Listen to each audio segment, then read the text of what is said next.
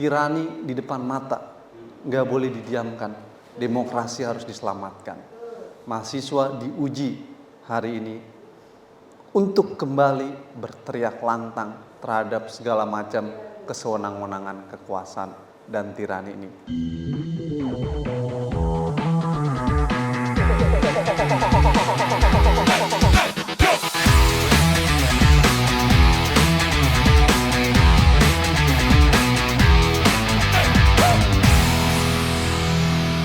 Oke, terima kasih. Bismillahirrahmanirrahim. Assalamualaikum warahmatullahi wabarakatuh. Bapak-bapak dan ibu-ibu semua pada saat ini, sambil menunggu yang lainnya, kita memulai untuk bisa berdiskusi terkait dengan apa yang sudah kita lihat, kita dengar, dan kita mungkin rasakan juga ya perdebatan kemarin di hari Senin yang lalu terkait dengan isu hukum, HAM, pemberantasan korupsi, demokrasi, dan tata kelola sebenarnya. Gitu. Nah, seru. Walaupun di beberapa teman-teman yang lain menyayangkan kenapa tidak ada ruang untuk menggali lebih dalam terkait dengan visi misi yang sudah disampaikan oleh 3 pasangan calon gitu, Bang Fikar. Nah, itu terkait dengan metodologi. Terlepas pada itu, sekarang sebenarnya kita tuh pengen lihat dan melihat dan mendengar respon orang sih ya, khususnya aktivis atau juga pengamat hukum atau juga orang-orang yang memang concern di isu-isu hukum, HAM, demokrasi, dan pemberantasan korupsi terkait dengan apa yang sudah disampaikan pada hari Senin lalu terkait dengan visi misinya gitu. Nah, pada saat ini kita udah hadir Bang Abdul Fikar Hajar. Beliau ini adalah ahli hukum dan salah seorang pengajar di Trisakti ya Bang ya. Nah, background beliau ini sebenarnya aktivis gitu ya. Aktivis yang jadi dosen ya Bang ya, bukan dosen jadi aktivis gitu. Nah, jadi saat ini kita bisa tanya-tanya nih ke Bang Fikar terkait dengan bagaimana sih tanggapan Bang Fikar terkait dengan debat kemarin ya Bu ya, tentang isu hukum, HAM, pemberantasan korupsi, dan demokrasi dari 3 pasangan calon ini. Gitu. Kira-kira Bang Fikar melihatnya apakah visi misi tersebut itu sudah disertai dengan adanya tujuan strategis, bahkan sampai kepada langkah-langkah dan titik intervensi yang akan dilakukan ketika memang benar-benar dia akan menjabat sebagai seorang presiden Bang. Karena kan kalau misalnya sekedar visi misi itu kan masih di awang-awang Bang.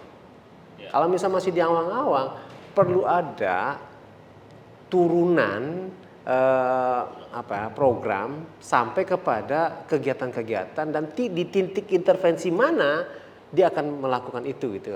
Nah, menurut Abang bagaimana nih pemaparan dari 3 capres kemarin gitu kan di isu pemberantasan tindak pidana korupsi atau umumnya secara hukum itu kira-kira Bang? Ya, oke.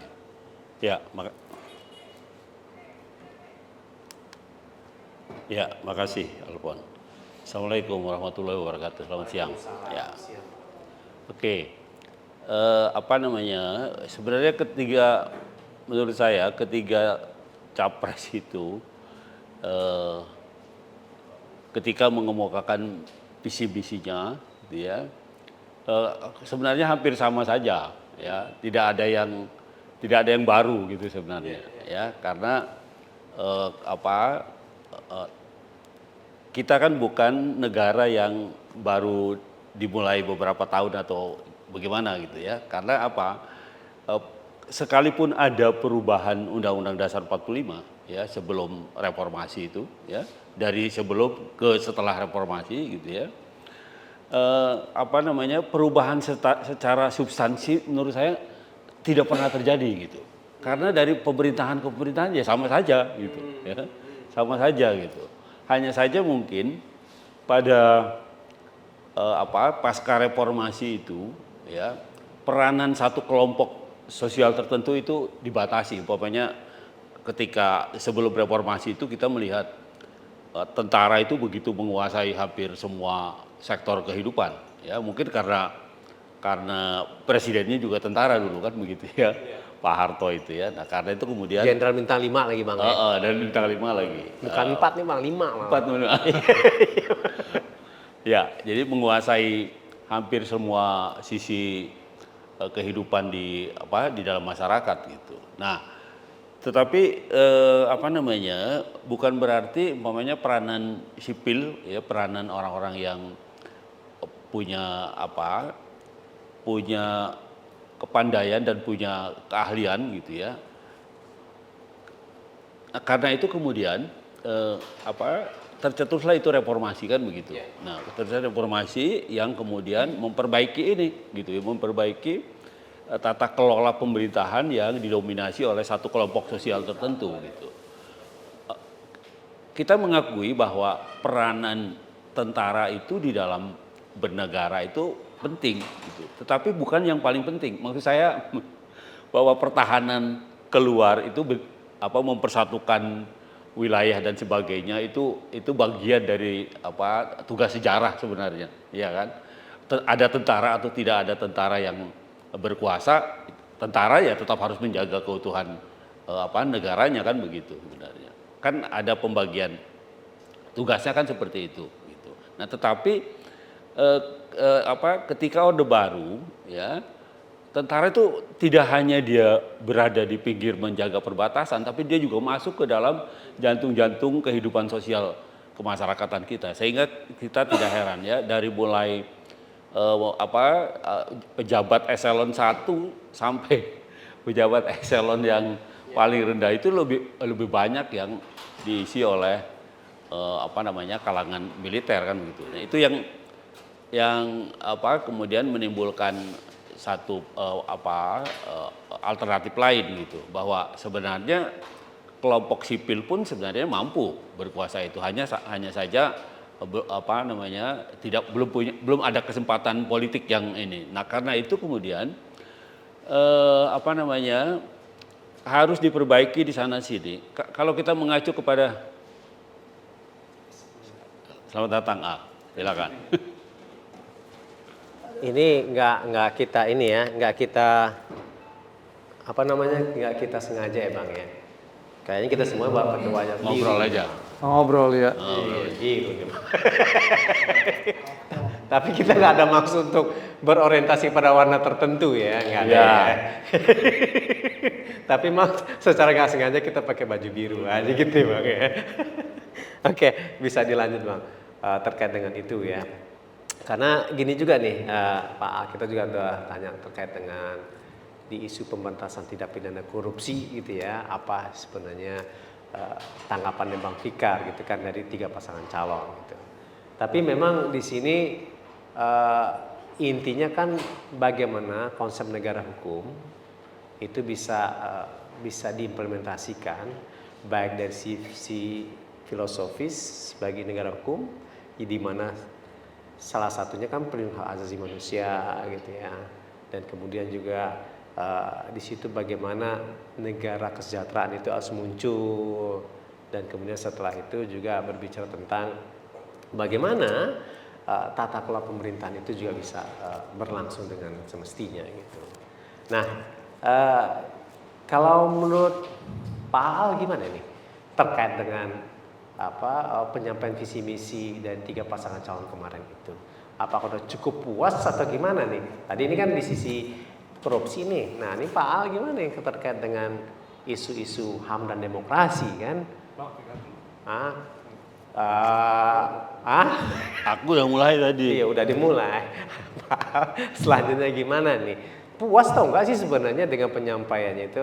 Karena kan visi misi itu kan tidak hanya dalam kerangka yang level angan-angan gitu kan, tapi itu harus dibumikan ke level yang paling bawah sampai pada level aksiologis dan pelaksanaan kegiatan gitu. Kalau kemarin kan Anies bilang ini Bang ya, konsep negara hukumnya adalah seperti di dalam konstitusi, ini apa yang dikatakannya seperti Friedman gitu kan, kepastian, kemanfaatan dan kemudian juga keadilan gitu kan. Sampai dibawa kasus Agus ya. Agus namanya kemarin itu kan, sebagai suatu contoh aksiologis gitu. Nah, tapi itu kan masih sangat umum gitu kan. Di isu apa sebenarnya gitu kan, dan bagaimana juga di isu tata kelola dan demokrasi dan yang lain-lainnya gitu. Nah kalau misalnya gimana, cukup nggak itu apa yang dikatakan Pak Anies, dikatakan oleh Ganjar yang menceritakan soal fakta dari pemenuhan hak asasi manusia gitu, baik itu di hak sipil politik maupun juga di sisi hak ekonomi sosial budaya, dan kemudian dirangkumnya di suatu yang harus dilakukan dalam negara hukum gitu. Jadi satu dalam pendekatan deduktif gitu kan, dan satu lagi dalam pendekatan yang induktif gitu. Gimana? Silakan Pak Ar. Ya, thank you Mas Alfon, Bang Fikar, tadi saya mendengarkan sekilas. Ya, saya rasa tentu akan ada banyak harapan publik ketika melihat debat kandidat itu ya, bahwa kandidat bisa menjelaskan secara komprehensif tentang isu-isu di bidang hukum, HAM, pemerintahan, pemberantasan korupsi, dan akan selalu mengandaikan hal yang ideal agar para kandidat bisa menyampaikan satu ide dan gagasannya gitu. Nah, memang debat kandidat kemarin tidak cukup mendalam tentang upaya menjelaskan isu-isu reformasi hukum, isu-isu pemajuan hak asasi manusia, agenda strategi dalam pemberantasan korupsi, dan lain sebagainya itu. Tapi kesulitannya dalam debat kandidat adalah dia terbatas oleh waktu gitu. Sehingga ini juga menjadi persoalan, selain juga soal metode debat dan lain sebagainya. Tapi paling tidak terlepas dari kelemahan debat kemarin Mas Alfon gitu ya. Pertama saya ingin katakan bahwa debat kandidat itu hal yang sangat penting dalam membangun literasi kepada publik gitu ya, dalam membangun pendidikan politik kepada publik, supaya publik memahami ide dan gagasan gitu. Sehingga publik tidak hanya memahami tentang goyang joget dalam pemilu gitu, apalagi gemoy-gemoyan gitu. Itu enggak gitu loh. Karena politik pemilu itu bukan berbicara tentang gemoy-gemoyan gitu. Nah, kalau gemoy-gemoyan itu terkesan menutupi wujud aslinya gitu sebenarnya. Ya, orang biasanya untuk menutup karakter aslinya dia memakai topeng. Nah, topeng itu bentuknya gemoy-gemoyan gitu ya. Sehingga terkesan terlihat lucu gitu ya, cabi gitu ya. Padahal sesungguhnya memiliki track record gitu ya, yang bermasalah gitu, dan suka pemarah gitu loh, sedikit emosi gitu, bahkan diduga terlibat bermasalah dalam kasus penculikan, pelanggaran HAM masa lalu gitu. Akhirnya menutupi cover dirinya yang sejatinya itu dengan gemoy-gemoyan. Jadi menurut saya politik of gemoy itu tidak mendidik masyarakat, tapi justru menutupi jati dirinya gitu, dengan gemoy-gemoyan. Nah, publik harus menyadari ini. Nah, perdebatan kemarin malam itu menunjukkan bahwa nggak ada gemoy-gemoyan tuh. Kelihatan karakter aslinya kan gitu. Tentang emosinya dia naik ketika ditanya itu. Khususnya paslon nomor 2. Aduh, naik apanya nih? Emosinya kan emosi naik, spending kan. Ditanya manis kan nggak puas tuh kan, wah kurang itu katanya. Nah itu gemoynya kelihatan tuh, gemoy sejatinya tuh. Jadi gitulah. Makanya Pak Aflon jangan ikut-ikutan gemoy-gemoyan kalau nyalek. Atau kalau di gubernur bupati gitu, nggak ada itu. Saya nggak cabi, tapi saya slim gitu kan. Makanya kalau nyalek kepala desa nanti jangan gemoy-gemoyan yang ditunjukkan, tapi program, ide, dan gagasan gitu. Gemoy sesungguhnya menutupi karakter aslinya tuh. Nah, terjadilah kemarin tuh. Nah, silakan lihat tuh mana yang sebenarnya gemoy atau pemarah atau emosional atau apa. Menurut saya itu terlihat kemarin ya. Nah, yang kedua adalah catatan saya dalam perdebatan kemarin itu ada beberapa hal yang menjadi penting di tengah kelemahan dan kekurangan tadi bahwa kurang maksimal. Pertama menurut saya, kita harus berpikir bahwa politik itu berbicara tentang ide dan gagasan. Kita harus berpikir bahwa politik itu berbicara tentang pemikiran. Sehingga kita harus juga berpikir bahwa hal itu ditujukan sepenuhnya untuk kemajuan bangsa. Dan karenanya keseriusan dibutuhkan gitu. Bukan main-main nih gitu. Menjadi presiden Indonesia bukan main-main. Bukan gemoy-gemoyan. Keseriusan yang dibutuhkan. Apa ide dan program tawaran lo itu tentang hal itu? Kemarin malam saya melihat gitu ya. Karena kebanyakan gemoy-gemoyan gitu ya. Akhirnya saya memandang paslon nomor 2 tidak cukup bisa mendalami 4 hal isu yang krusial. Yang pertama adalah hak asasi manusia. Yang kedua adalah isu tentang civil liberties. Yang ketiga adalah isu tentang penyelesaian konflik secara damai. Yang keempat adalah terkait dengan agenda reformasi hukum. Saya tidak melihat paslon nomor 2 cukup bisa mengeksplorasi dengan dalam terkait dengan hal ini. Dan justru pernyataan-pernyataannya bermasalah dan problematik. Gitu. Nah, itu satu poin. Pada sisi lain saya memandang paslon nomor 1 dan nomor 3 cukup clear untuk menjelaskan dengan baik 4 hal utama. Yang pertama adalah terkait dengan komitmen yang jelas dalam isu tentang penyelesaian konflik Papua secara damai melalui jalan dialog. Meski tidak dieksplorasi lebih lanjut, tapi pasangan paslon 1 Anies, paslon 3 Ganjar, dua-duanya setuju bahwa pola pendekatan penyelesaian konflik Papua melalui jalan dialog. Oke. Sedangkan paslon nomor 2 enggak, tetap dalam pola yang status quo dengan pendekatan penguatan aparatus negara dalam hal mungkin keamanan plus pendekatan hukum. Ini pola pendekatan penyelesaian konflik dengan jalan yang represif yang sudah terjadi sekian lama. Itu satu poin. Nah, dalam konstruksi penyelesaian konflik Papua, Mas Alfon, ya, kita tahu bahwa ada yang disebut dengan memoria pasionis buat masyarakat Papua itu. Penderitaan, ingatan atas penderitaan akibat luka dari kekerasan yang terjadi sekian puluh tahun di Papua. Perlu dicatat, sepanjang 32 tahun di era Orde Baru, gitu ya, Papua ditetapkan sebagai status DOM, sama dengan Aceh. Apa yang terjadi? Konflik nggak selesai, kekerasan terjadi banyak, pelanggaran HAM dilakukan. Pola apa pendekatan dilakukan pada masa Orde Baru adalah pola pendekatan keamanan. Konflik nggak selesai, kekerasan ada, pelanggaran ada, ketidakadilan makin tinggi. Makanya Abdurrahman Wahid begitu menjadi presiden menyatakan mencabut status DOM Papua dan Aceh dan meminta maaf. Kenapa? Salah kami pola pendekatan itu.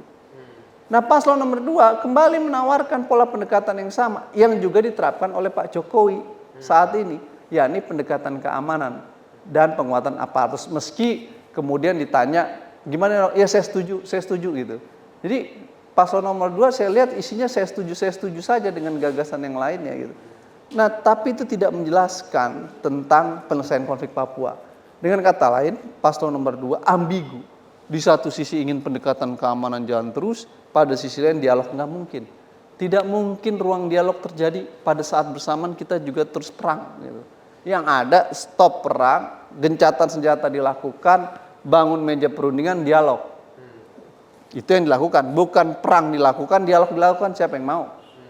Jadi gagasan nomor 2 tentang penyelesaian konflik Papua dengan penguatan aparatus keamanan plus penegakan hukum, itu pola yang dilakukan oleh Jokowi dan pola yang dilakukan pada masa Orde Baru dengan pendekatan keamanan. Yang menurut saya hal itu sesuatu yang buruk dan tidak akan bisa menyelesaikan konflik Papua secara damai. Justru paslon nomor 1 dan nomor 3 cukup baik di dalam menjelaskan bahwa kita perlu jalan baru dalam penyelesaian konflik Papua melalui jalan dialog. Meski ide ini bukan ide baru. Sejak Paternel Stebay almarhum, salah satu tokoh Papua, membuat buku tentang dialog damai Papua, pada saat itu kita mendorong tentang isu dialog Papua. Begitu juga teman-teman penelitian LIPI yang membuat Papua Roadmap, itu menjelaskan tentang dialog Papua penting gitu. Dengan kata lain, dalam penyelesaian konflik secara damai, penyelesaian konflik itu kita bisa melihat tuh karakter orang. Ketika ada masalah, orang karakternya setengahnya bagaimana? Dalam masyarakat yang beradab, dalam era kekinian, dalam era kontemporer, ketika manusia semakin maju, peradaban semakin berkembang, maka sebuah konflik selalu cara pandangnya diselesaikan dengan jalan komunikasi dan dialog, Mas Alfon. Itu dalam masyarakat yang beradab. Tapi bagi mereka yang punya cara pandang yang represif, maka ketika melihat konflik, maka cara pandang dia adalah represif, pendekatan keamanan dan lain sebagainya. Ini saya khawatir Indonesia ke depan kalau dipimpin oleh mereka yang pola pendekatannya sedikit-sedikit penegakan hukum, sedikit-sedikit penguatan aparatur negara, ini berbahaya. Kita nggak selamanya menyelesaikan masalah bangsa ini dengan jalan kekerasan. Kita bisa punya narasi lain, yakni narasi dialog dan lain sebagainya. Itu catatan saya yang pertama yang saya lihat secara nyata bahwa secara umum pasangan nomor 1 dan nomor 3 cukup baik di dalam memberikan jalan baru dalam menyelesaikan konflik Papua untuk pendekatan dialog. Berbeda dengan pasangan nomor 2 yang lebih mengedepankan pendekatan keamanan. Meski dia bilang ada soal ekonomi juga, tapi saya mau katakan itu bukan intinya. Yang kedua adalah saya cukup kaget bahwa paslon nomor 2 menggunakan labeling terorisme terhadap kelompok di Papua gitu. Yang menurut saya itu berbahaya loh.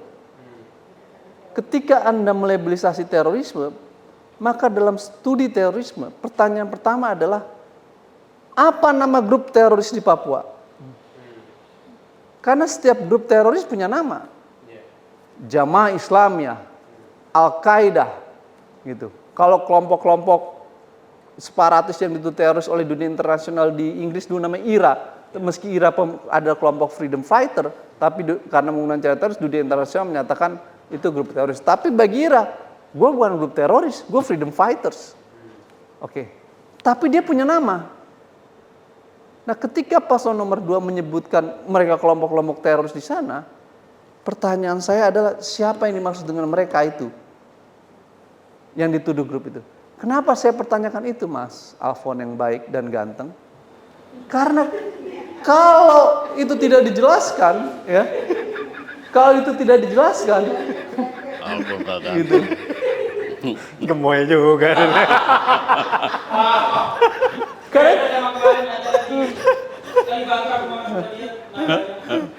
Karena kalau itu tidak dijelaskan, ya, kalau itu tidak dijelaskan, akan terjadi stigmatisasi, labelisasi, dan generalisasi terhadap masyarakat Papua bahwa mereka adalah teroris.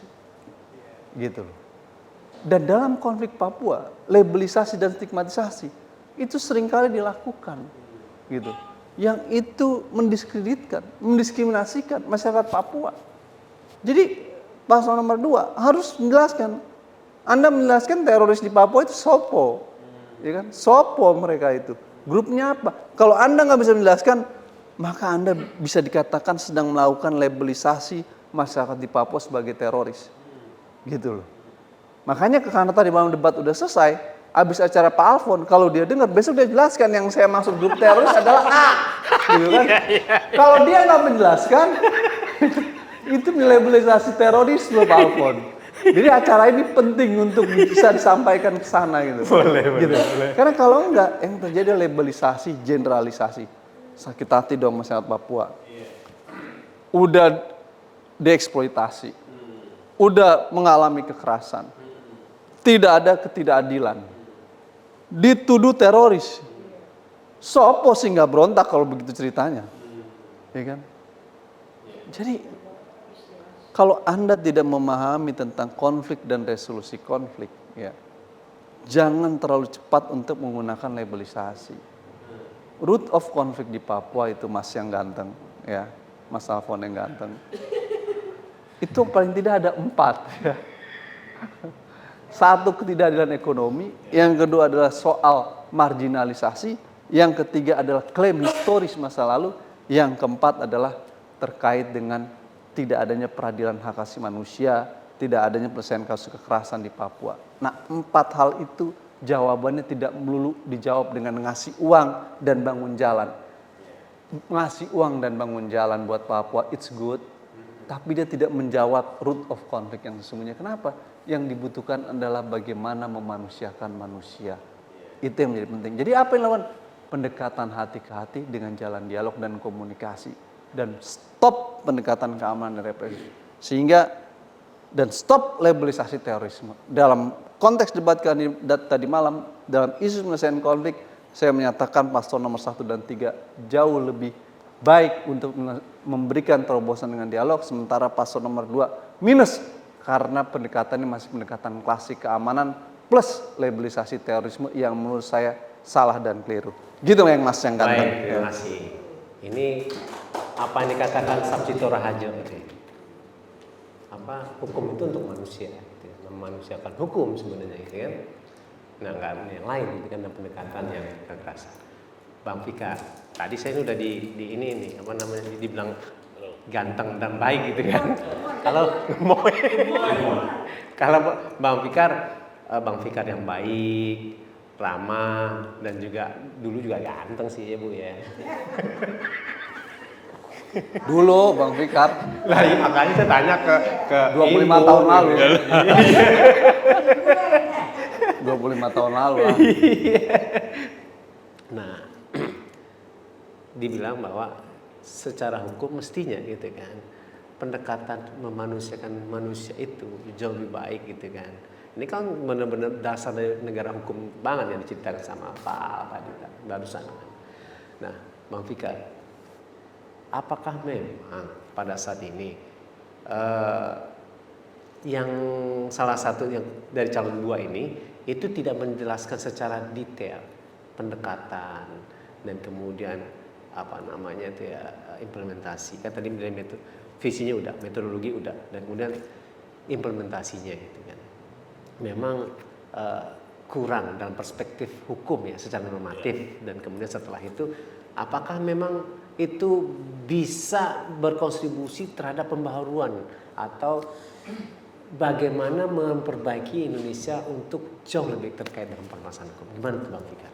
Iya, gini, apa namanya, dari 3 calon itu, kan kalau dilihat dari latar belakangnya, satu sebenarnya nomor 1 itu sebenarnya akademisi sebenarnya, ya basic apa namanya pengetahuan dan agenda di belakangnya itu sebenarnya akademisi. Karena itu dia lebih melihat persoalan secara akademis dan agak komprehensif gitu. Yang kedua, Ganjar itu birokrasi sebenarnya, berasal dari birokrasi kan. Walaupun sebelumnya dia juga anggota DPR, ya, anggota DPR kemudian jadi gubernur kan begitu. Dia punya juga pengalaman memerintah gitu. Dan yang ketiga adalah Pak Prabowo itu kan memang kita tahu semua kan, berasal dari, meskipun umpamanya kalau dilihat dari keluarganya juga beragam gitu ya. Tapi kalau dilihat ke atas kan sebenarnya juga intelektual juga Pak Sumitro itu, ya kan? Nah, cuma ketika turun ke Prabowo kita mengetahui bahwa dia berasal dari latar belakang tentara. Nah, karena itu menurut saya akan kelihatan ketika mereka mendekati satu problem permasalahan gitu. Nah, kemarin itu kan jualan sebenarnya. Jualan bagaimana mereka bisa memecahkan persoalan-persoalan yang ada di Republik ini dengan latar belakang masing-masing itu. Gitu. Nah, tentu saja seperti yang Al katakan tadi, dua yang pertama itu tadi, Anies dan Ganjar itu, dia kalau mau dipisahkan secara garis keras, satu militer, satu sipil kan sebenarnya seperti itu. Gitu. Nah, karena itu pasti beda tuh pendekatannya gitu. Pasti beda gitu. Nah, cuma menurut saya presiden kan top leader sebenarnya. Program menurut saya akan tergantung pada bagaimana mereka cara memilih atau siapa yang dia pilih sebagai pembantu-pembantunya. Itu juga akan menentukan kalau menurut saya. Ya, akan menentukan pendekatan apa yang dipakai dalam menjalankan pemerintahan itu. Nah, karena itu menurut saya ya pasca reformasi ini sedikit demi sedikit kita sudah mulai menempatkan hukum di atas di atas kekuasaan kalau menurut saya. Meskipun hukum itu juga bisa menjadi alat kekuasaan sebenarnya kan seperti itu gitu. Kayak kemarin ya. Seperti itu. Itu salah satu sisi negatif dari penggunaan hukum yang dikuasai oleh kekuasaan. Kalau bahasa dari Pak Al kemarin itu adalah yudisiatokrasi. Yuristokrasi. Iya. Yuditokrasi. Itu dan makna negatif. Tapi di negara-negara Skandinavia sebenarnya itu dipergunakan juga. Tapi dalam makna positif. Lanjut Bang. Iya. Sebenarnya arti murninya yuditokrasi itu bagus sebenarnya. Pemerintahan oleh hukum yang berkuasa kan sebenarnya begitu. Ya. Hanya saja siapa yang menunggangi hukum itu kan begitu gitu. Artinya begitu kan. Siapa yang menunggangi? Maksud saya kekuatan politik mana yang lebih bisa mengisi kesempatan itu gitu. Nah, sehingga kemudian penggunaan hukum untuk jalannya satu pemerintahan menurut saya itu juga wajar saja gitu. Ya, wajar saya sangat mungkin saja. Yang harus dijaga itu adalah itu tadi menjaga yang menjadi diskusi kita ini, menjaga tidak terjadi KKN itu ya yang kalau di kolusi, korupsi dan nepotisme yang harus dijaga sebenarnya itu gitu. Tapi ada orang juga yang bilang begini Bang, itu kan nepotisme nggak apa-apa asal mempunyai kapasitas kan gitu. Ya. Oke. Kolusi nggak apa-apa.